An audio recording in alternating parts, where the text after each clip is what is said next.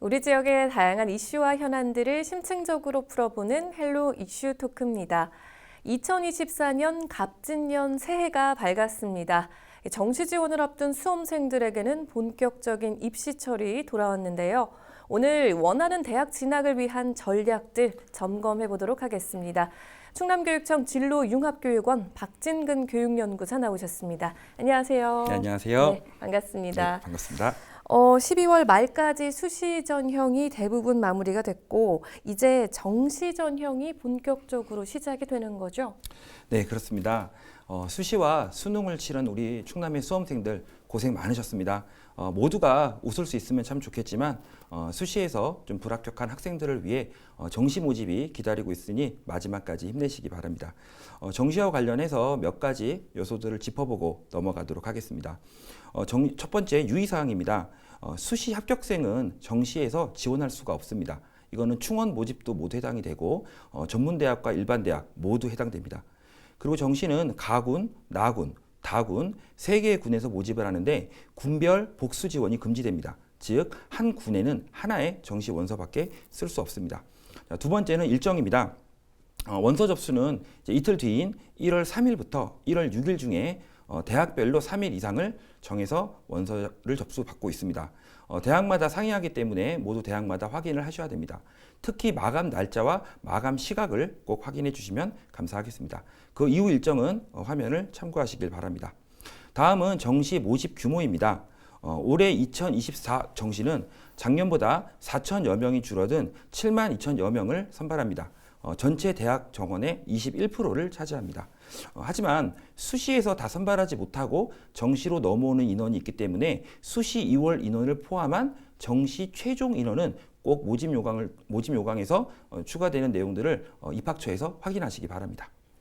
네, 지금 정시 모집과 관련해서 일정 유의사항까지 먼저 짚어주셨는데 이렇게 본격적인 입시철을 앞두고 지금 연구사님께서 연말을 좀 굉장히 바쁘게 보내셨을 것 같은데 어떠셨습니까? 네, 저 얼마 전에 이제 충남 대입정보 박람회라는 행사를 저희 원에서 크게 이루어지고 네. 지금은 이제 저희 진로진학 상담센터에서 학생들을 상담하면서 이제 하루하루 보내고 있습니다. 네. 재학생들이 이제 방학을 하고 있고 이제 정시 지원이 다가오는 만큼 또 정시 수험생들이 상담센터를 많이 예약을 하고 있습니다. 그래서 지금 그 연말 이렇게 상담과 함께 따뜻하게 보내고 있습니다.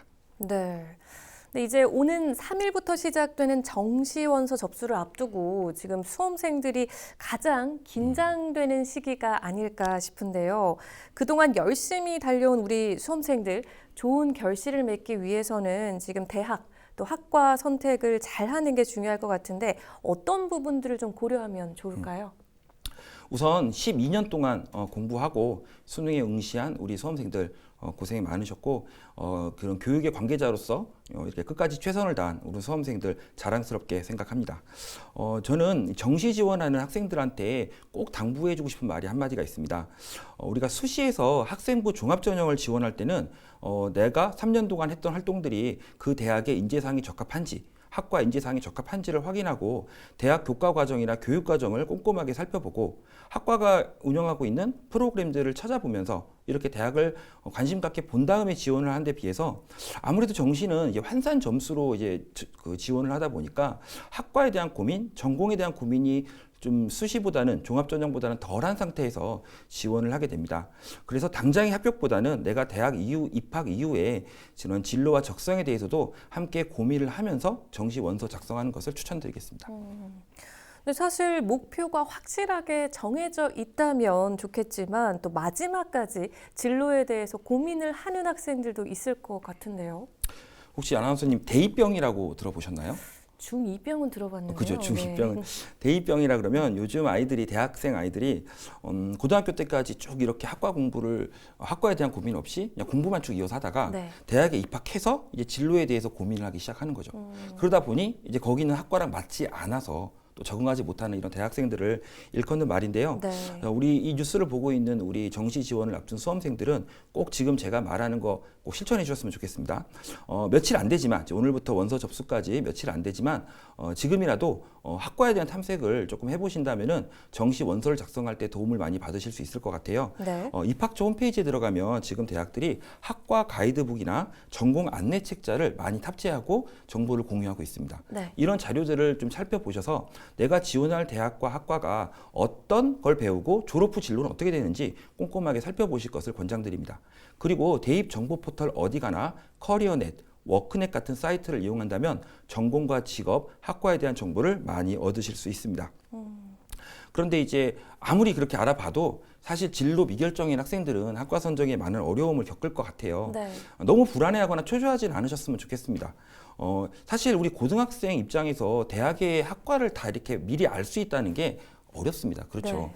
그래서 사실 너무 그렇게 학과에 대해서 잘 알기가 어렵다라고 하신다면은 그 대학이 전과제도는 어떻게 운영하고 있는지, 복수 전공이나 다전공은 어떻게 운영하고 있는지 꼼꼼하게 살펴보셔서 대학 입학 후에 혹시 진로가 변경되었다면은 어떤 도움을 받을 수 있는지 이런 제도들도 확인하고 지원한다면은 도움을 받으실 수 있을 것 같습니다. 네.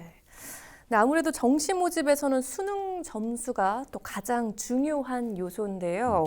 정부의 킬러 문항 배제 방침이 나온 뒤 처음으로 치러진 지금 2024년 수능은 국어, 수학, 영어 모두 어렵게 출제된 그야말로 불수능이었습니다. 근데 이런 결과가 정시 모집에도 좀 어떤 영향을 미치게 될지 궁금한데요. 네, 아나운서님 말씀대로 올해 수능은 작년 수능보다 조금 어려웠습니다. 이것은 표준 점수 최고점을 확인해서 어려운 정도를 파악할 수 있는데요.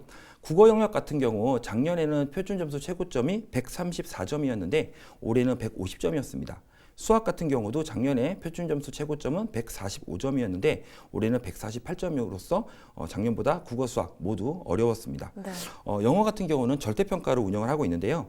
작년 같은 경우 영어 1등급의 비율이 7.83%였다면 이번 2024 수능은 4.71%였습니다. 2등급 비율도요. 작년에는 18.67%였다면 이번 때는 18.17%로 영어 역시 1, 2등급 모두 등급 비율이 낮았습니다. 네. 이렇게 어려운 수능은 상위 점수대 아이들의 총점 분포를 좀 폭을 넓혀드립니다.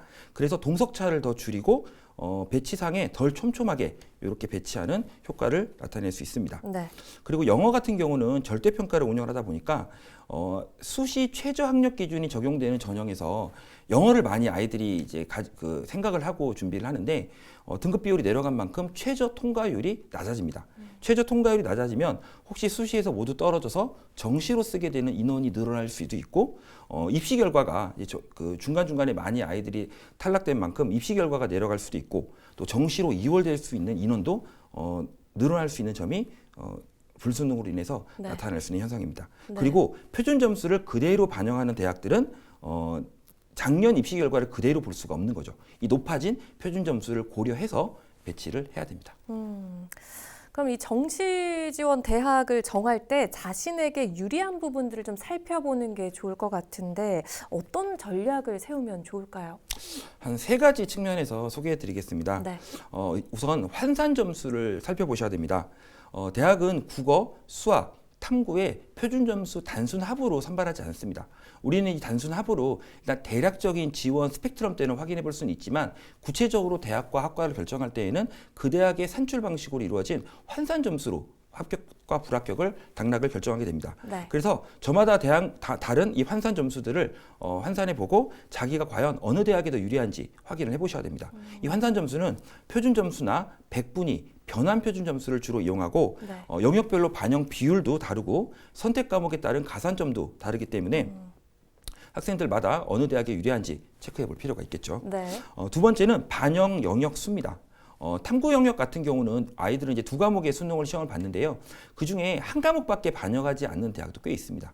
이런 경우 어떤 학생이 특정 탐구 한 과목을 망쳤다면 이런 학교에 유리할 수 있겠죠. 네. 그리고 국어, 수학, 영어, 탐구 네 과목 중에 상위 몇 과목만 반영하는 대학들도 많이 있습니다. 네. 이런 대학들은 어떤 특정 영역을 망친 학생들한테는 또 유리함을 가져다 줄 수 있겠죠. 이런 걸 확인해 보셔야 되고요. 네. 마지막으로는 전형 방법을 꼭 체크해 보셔야 됩니다. 전형 방법은 정시 같은 경우 대부분이 수능 100%로 운영을 합니다. 하지만 그 이외의 요소들을 반영하는 대학들이 일부 있기 때문에 그런 학교들을 체크해 보셔야 됩니다. 성균관대나 고려대의 의예과 같은 경우는 면접을 치르는데 이제 패스페일로 자격 조건처럼 하는 대학들도 있고요. 네. 뭐 연세대 의예과 같은 경우는 10%의 면접을 반영하기도 하고 이제 군사 관련 학과들은 군적성 면접이나 체력 검증을 반영하기도 합니다. 그리고 올해 서울대, 고려대학교 교과우수 전형, 중앙대학교 체육교육과 같은 경우는 마치 학생부 종합전형처럼 정시에서도 학교생활 기록부를 정성평가하는 이런 학교들도 있습니다. 네. 이런 수능 외의 요소들이 나한테 어떤 유리함을 줄 수 있는지를 체크해 볼 필요가 있겠습니다. 네.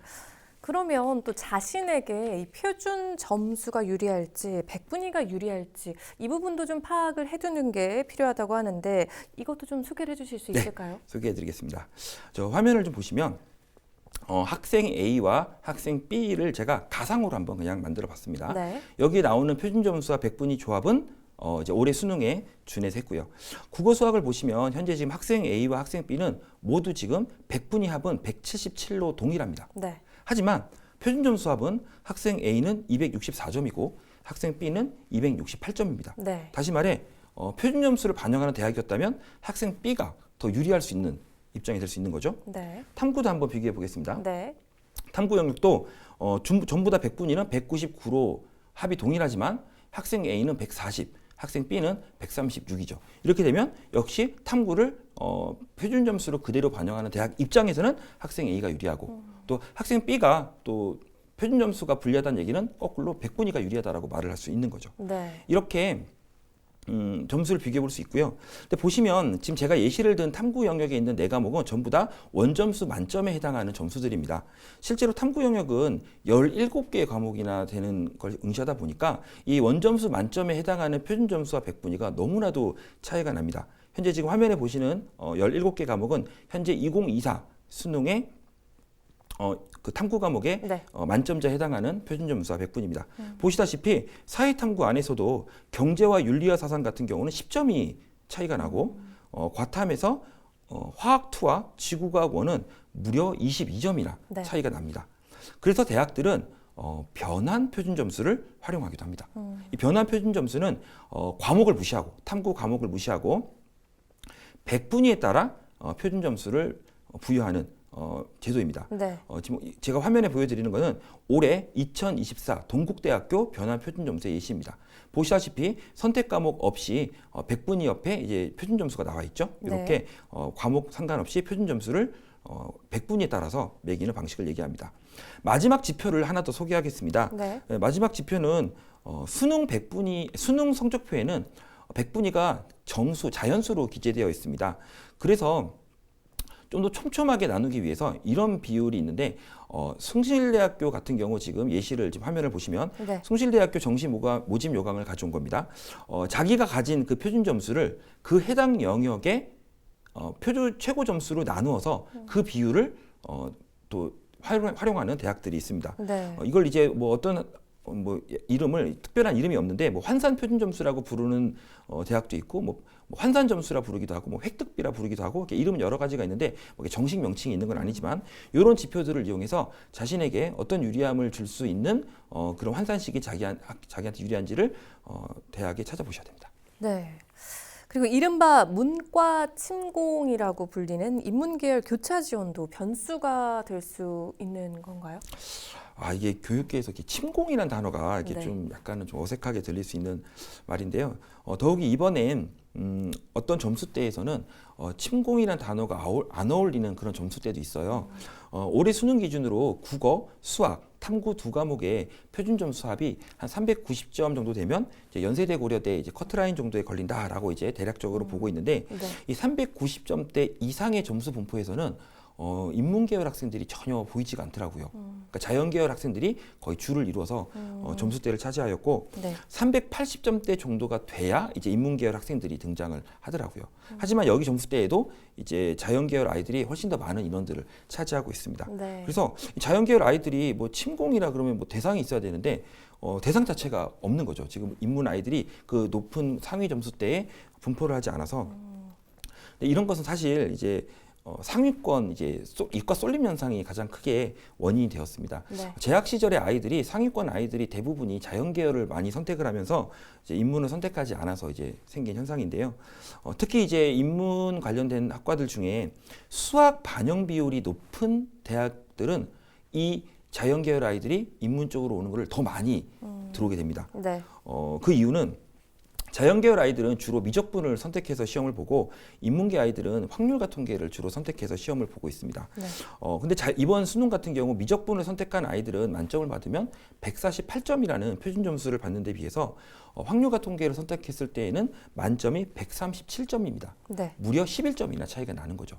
작년 같은 경우는 이 차이가 3점밖에 나지 않았습니다. 그래서 올해는 이제 그 자연계열 아이들이 수학의 반영 비율을 더 높이면 훨씬 더 유리한 점수를 가지게 되겠죠. 예를 들어 같은 380점을 받았을 때 인문계열 아이들보다 자연계열 아이들이 수학 점수가 높을 확률이 높겠죠. 이런 아이들에게 수학 반영 비율을 높이면 더 유리한 환산 점수를 가져가게 됩니다. 네. 더더욱이 이제 중앙대 같은 경우 경영경제대학은 45%의 수학 반영 비율을 가지고 있고 그가 아닌 이제 인문이라 하더라도 중앙대는 40%를 차지하고 있습니다. 서강대 같은 경우는 수학 반영 비율이 43.3%입니다.